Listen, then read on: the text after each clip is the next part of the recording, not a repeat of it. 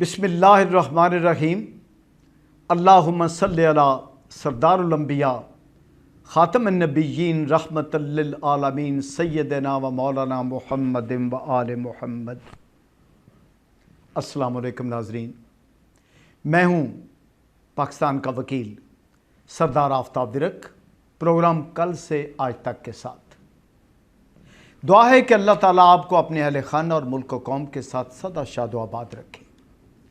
नाज़रीन, आज आपसे बहुत सारी बातें करनी थी, लेकिन आज के अखबारात को देखकर उनकी शह सुर्खियों तक रुक गया हूँ। बड़ी मुख्तसर सी बात करनी है, सिर्फ इन शह सुर्खियों तक रहना है और आसमा जहांगीर कॉन्फ्रेंस के बारे में एक भरपूर प्रोग्राम करेंगे, बहुत सारे लोगों को बिठाकर करेंगे और वो बात आप तक लाएंगे जिस बात का तल्लुक मुल्क की सलामती के साथ है, आइन की बालादस्ती के साथ है और कानून की हुक्मरानी के साथ है और हमारे कुरान और अहादीस नबवी के साथ है और कायद-ए-आज़म मोहम्मद अली जिन्नाह के फरामीन के साथ है।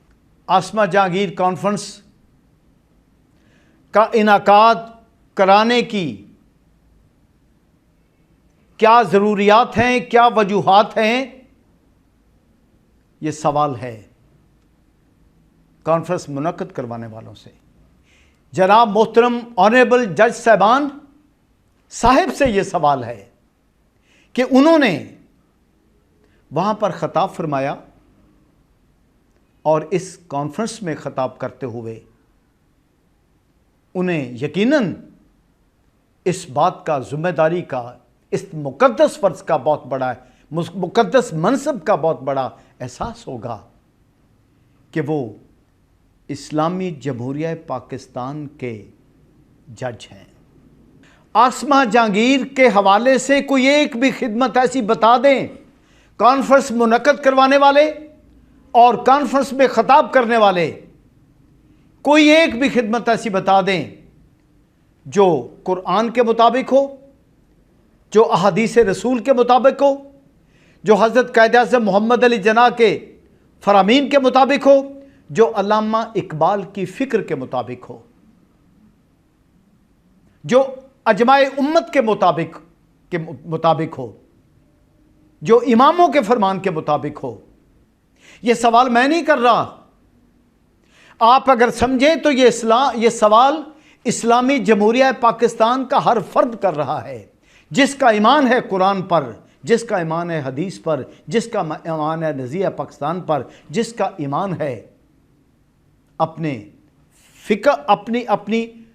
फ़िक़ा पर और जिसका ईमान है अपने इमामों पर और जिसका ईमान है अजमाए उम्मत पर और जिसका ईमान है आइन की बालादस्ती पर और जिसका ईमान है कानून की हुक्मरानी पर। हर उस बंदे का सवाल है। मैं ये सवाल इस्लामी जमहूरिया पाकिस्तान के अवाम, वो जो मुसलमान हैं और ईमान और अकीदा रखते हैं कुरान पर, हदीस पर और कायद-ए-आज़म के फरमान पर, उनकी ज़ुबान बनकर नज़रिया पाकिस्तान मूवमेंट के प्लेटफॉर्म से, नज़रिया पाकिस्तान मीडिया हाउस से ये सवाल कर रहा हूँ अपने उन भाइयों से जो बार एसोसिएशंस और बार काउंसिल्स के मुअज़्ज़ज़ ओहदेदार हैं और अपने उन मोहतरम जज साहबान से जो अदालत आलिया और अदालत उस्मा के जज साहबान हैं। इसलिए पहले तो मुझे इस बात का जवाब, मेरे ट्विटर पर भी बात आएगी, मेरे व्हाट्सएप पे भी बात आएगी, मेरे इस यूट्यूब चैनल पर भी बात आएगी। नज़रिया पाकिस्तान यूट्यूब चैनल है मेरा, जिसका लिंक हाज़िर है, इस पर भी बात आएगी और मेरी फेसबुक पर भी बात आएगी। ये सवाल खड़ा है आपके सामने। फिर दोहरा रहा हूं इस सवाल को कि आसमा जहांगीर की कोई ऐसी खिदमत जो कुरान के मुताबिक हो, जो अहादीस पैगंबर के मुताबिक हो, जो कायद-ए-आज़म मोहम्मद अली जिन्नाह के फरमान के मुताबिक हो, जो अल्लामा इकबाल की फ़िक्र के मुताबिक हो, जो इमामों के इरशादात के मुताबिक हो, जो अजमाए उम्मत के मुताबिक हो, जो आइन की बालादस्ती के मुताबिक हो। इस्लामी जमहूरिया आइन की बालादस्ती की बात कर रहा हूं, जो कानून की हुक्मरानी के मुताबिक हो। अब आप मुझे यह ना कहें, कोई ये कहकर मेरा रास्ता ना रोके कि उसने तो आइन और कानून के लिए बड़ी खिदमत सर अंजाम दी हैं। मैं इस्लामी जमहूरिया पाकिस्तान के आइन की बात करता हूं, मैं उन कवानीन की बात करता हूं जो कवानीन अल्लाह रब्बुल इज़्ज़त ने उतारे हैं, जिनके लिए वफाकी शरई अदालत बनी हुई है, जो कवानीन इस्लाम के दायरा में आते हैं, मैं उनकी बात करता हूं। आसमा जहांगीर कॉन्फ्रेंस का इनकाद कराने वाले और इसमें खिताब करने वाले दोनों से एक सवाल, दूसरा एक और है कि आपने खातून जन्नत सैयदतुन निसाउल आलमीन पाक बीबी सैयदा फातिमा ज़हरा सलवातुल्लाह अलैहा, नबी की वो बेटी जिसके एहतराम में पैगंबर उठकर खड़े हो जाते थे, आपने उनके लिए कितनी कॉन्फ्रेंस करवाई हैं? आपने यजीदियत के मुकाबले में डटने वाली इमाम अली अलैहिस्सलातु वस्सलाम की बेटी सैयदा ज़ैनब सलामुल्लाह अलैहा की ज़ात अक़दस के बारे में, उनकी खिदमत के बारे में कितनी कॉन्फ्रेंसेस कराई हैं? आपने कायद-ए-आज़म मोहम्मद अली जना की बहन मोहतरमा मादरे मिल्लत फातिमा जना की ज़ात के बारे में, खिदमत के बारे में कितनी कॉन्फ्रेंसेस कराई हैं? आपने बाबा कौम कायद-ए-आज़म मोहम्मद अली जना के बारे में कितनी कॉन्फ्रेंसेस कराई हैं? आपने हज़रत अल्लामा इकबाल की फ़िक्र पर कितनी कॉन्फ्रेंसेस करवाई हैं? ये सब और कितनी कॉन्फ्रेंसेस में हमारी अदालत आलिया और अदालत उज़्मा के जज साहबान में इस तरह जा जाकर ख़ताब किया है। आपका दामन, आपके दीन का दामन, आपके मज़हब का दामन, आपके इस्लाम का दामन भरा पड़ा है अजीम तरीन ख़वातीन के आलीशान किरदारों से। आपने उन पर न कभी कॉन्फ्रेंस मुनक़्क़द करवाई और ना आपने उनको कभी खराज तहसीन पेश किया। मेरा दूसरा सवाल है आपके साथ, दूसरा कि आपने ये कॉन्फ्रेंस मुनक़्क़द करवाकर आसमा जहांगीर के नाम पर उन औरतों की हौसला अफजाई की है जो मेरा जिस्म मेरी मर्जी का नारा लेकर उठी हुई हैं। आपने उन लोगों, उन मर्दों और औरतों की हौसला अफजाई की है जो लिबरलिज्म के नाम पर आपके मुल्क को तस्लीम नहीं करते, कौमी सलामती से टकराते हैं, किसी अदारे को नहीं मानने को तैयार। इसके अलावा और क्या आपके पास बात है तो ज़रा कौम के सामने तो लाइएगा। मुझे अफसोस है कि जहां पर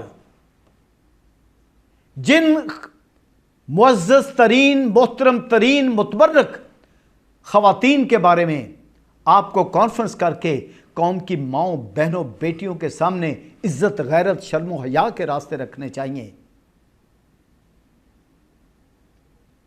अपनी नस्लों को आला तरीन अक़दार देनी चाहिए, आप उनकी बजाय आप उन लोगों की कॉन्फ्रेंस मुनक़्क़द करवा रहे हैं जो इस्लाम से दूर, जो दीन से दूर, जो हर फ़िक़ा से दूर, जो आज़ादी पसंद, जो मादर पितर आज़ाद। मुझे बहुत याद है जब मैंने एमक्यूएम के बानी की ज़ुबान बंदी के लिए हाई कोर्ट में उसके खिलाफ आर्टिकल 6 की कार्रवाई करवाने के लिए हाई कोर्ट में पिटीशन दायर की, तो बहुत मोहतरम है वो इज़्ज़त-माब जज, 3 जज बैठे थे उस बेंच में, जनाब मुज़ाहिर अली नकवी साहब, जनाब मज़हर इकबाल सिद्धू साहब और जनाब इरम सजाद गुल साहब। ये 3 जज साहबान बैठे थे हाई कोर्ट के और इन्होंने 9/7/2015 को MQM के बानी की जुबान बंदी कर दी, मीडिया ब्लैकआउट कर दिया। और उस केस में आसमा जहांगीर स्कैंडिनेवियन कंट्री से डॉलर्स में बहुत बड़ी फीस लेकर MQM की वकील बनकर, MQM के बानी की वकील बनकर, दूसरे गुनहगारों की वकील बनकर अदालतों में आई थी और अदालतों को बेइज्जत करती रही थी। आज भी गवाह हैं जनाब इज्जत माब मोहतरम जस्टिस मुज़ाहिर अली अकबर नकवी साहब, जज ऑफ सुप्रीम कोर्ट, आज भी इस बात पर गवाह हैं आपके सामने। रिटायर्ड जस्टिस मजहर इकबाल सिद्धू साहब आज भी गवाह हैं इस बात पर आपके सामने। इरम सजाद गुल साहब आज भी गवाह हैं आपके सामने कि उसने बेइज्जती की जजों की, कि आप कौन होते हैं उस पर पाबंदी लगाने वाले। फिर जजों ने कहा कि बीबी, अगर आर्टिकल 19 बोलने की आज़ादी देता है और हमें भी वही आइन इस बात का हुक्म देता है कि हम अपने उठाए हुए हल्फ के साथ उसकी रोशनी में अपने निज़ाम की हिफाजत करें, अपने मुल्क की हिफाजत करें, और आर्टिकल 19A इस बात की इजाज़त नहीं देता कि आप मुल्क और कौम की सलामती के खिलाफ बोलें। आप इंडिया को कहें कि राह वालों असला दो, आप इंडिया को कहें कि राह वालों असला दो, और आप नेटो फोर्सेस को कहें कि आओ हमारे मुल्क पर चढ़ाई करो, आप मुल्क में बगावत करवाएं। यह इजाज़त नहीं देता, आइन का आर्टिकल बिल्कुल इजाज़त नहीं देता, 1919A नहीं इजाज़त देता। यह मुहिब वतन लोगों का किरदार होता है, यह आइन के रखवालों का किरदार होता है, यह कानून के पासदारों का किरदार होता है। बहुत अफसोस की बात कि आज आपने उसके नाम पर कॉन्फ्रेंस करवाई। मेरी अदलिया के इस्लामिक रिपब्लिक ऑफ पाकिस्तान के इज्जत माब ऑनरेबल जज साहबान को कभी भी उसमें आके खिताब नहीं करना चाहिए था। किस आलीशान किरदार की बुनियाद पर की जो आसमा जहांगीर में मौजूद था। मुख्तसर करूं, ना उसका कुरान के साथ वास्ता था, ना उसका हदीस पैगंबर के साथ वास्ता था, ना उसका नजरिया पाकिस्तान के साथ वास्ता था, ना अल्लामा इकबाल की फ़िक्र के साथ वास्ता था, ना इंसानियत की उन अक़दार के साथ वास्ता था जो इस्लाम ने हमें दी है, जो इस्लाम ने हमें सिखाई है। हाँ, अलबत्ता मॉडर्निज्म के साथ वास्ता ज़रूर था, आज़ाद ख्याली के साथ वास्ता बहुत बड़ा था, गुमराही के साथ वास्ता बहुत बड़ा था, लादीनियत के साथ वास्ता बहुत बड़ा था। अफसोस, हमें ना कॉन्फ्रेंस मुनक्कद करवाते हुए इन बातों का एहसास हुआ और ना कॉन्फ्रेंस में खिताब करते हुए इन बातों का एहसास हुआ। ऐ मेरी कौम के लोगों, अल्लाह आपका हामी और नासर हो, अल्लाह आपको हर शर से महफूज रखे, अल्लाह इस मुल्क को सलामत रखे।